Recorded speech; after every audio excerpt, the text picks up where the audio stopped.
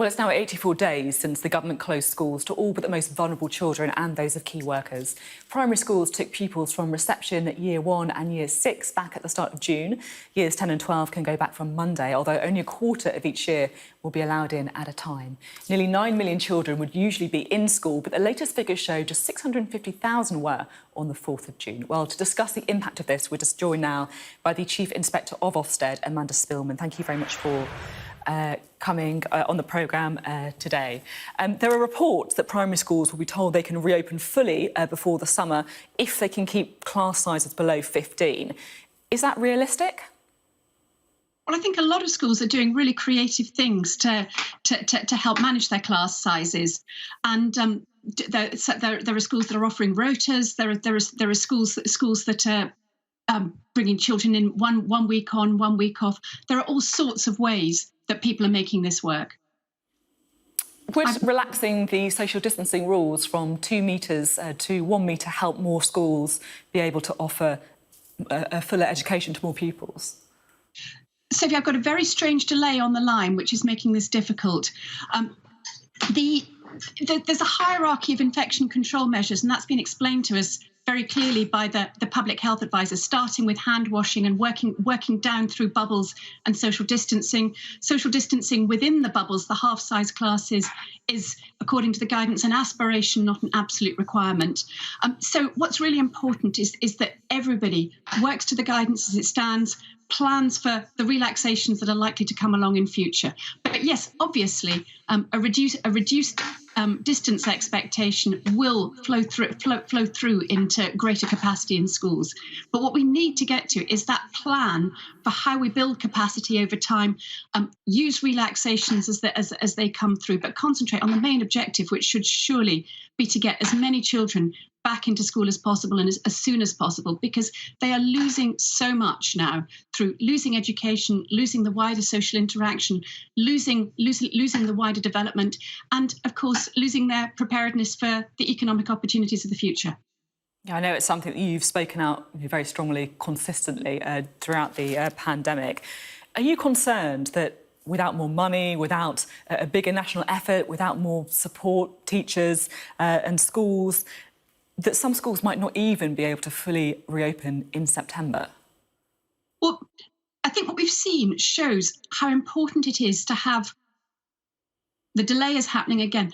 I think what we've seen shows how important it is to have planning that everybody takes part in and takes part in constructively.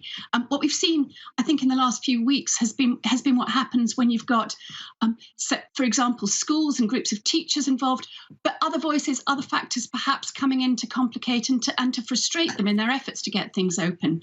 We've got a complicated position here. Closing a school is easy. You just say it's going to close. Reopening it involves staff. It involves school leaders, it involves councils, it involves sometimes groups, multi-academy trusts, it involves central government, and of course it involves parents. Everybody in that list has to be working together constructively, wanting to get schools open again, or just one faction within that can help slow things right down or can stop them happening when they otherwise would. Thank you for persevering with our own social distancing, and these interviews brings its own challenges when it comes to the technology as well, but you are still definitely making your points very clearly. We've seen thousands of people taking to the streets in recent weeks protesting about inequality in our society. And of course, one of the strongest weapons in our arsenal against that inequality is education. Are you really worried about what could happen to a generation, really, of young people who could be spending months and months out of the classroom? Well, boredom and frustration, which most of our teenagers are experiencing at the moment, is clearly not helpful. And I'd love to have them in school at the moment studying history, getting that wider context, getting more time learning about historical topics like the civil rights movement in America, the slave trade, the British Empire, all of which are things which the vast majority of schools do normally teach. And we've got children who aren't getting that context, aren't getting the opportunity to discuss them in school through citizenship lessons, through all the ways in which we go about preparing young people to take their place in society. But the vast majority of schools, I know, will be itching to get back and get on with helping children think and talk their way through all the issues that we have here. It does feel as if it's just been left up to individual schools to make it work as best as they can. And I can't help but thinking, when it comes to the NHS or when it comes to the economy, there have been some incredibly powerful voices and lobbying groups speaking out, calling for a national effort in those things.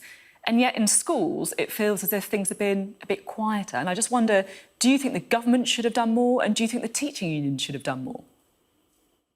We have a highly devolved education system. We give an immense amount of autonomy and responsibility to individual schools and to local areas in this country, which in general is an excellent thing. I think what we're seeing is the importance of melding the top-down planning, that the kinds of enabling frameworks that governments and national stakeholders can create, combined with the determination, the skill, the local knowledge, and the creativity and enterprise that you have in the hands of individual institutions. I know that there are so many people bursting to take education forward at the moment. Let's do everything we can to make that possible.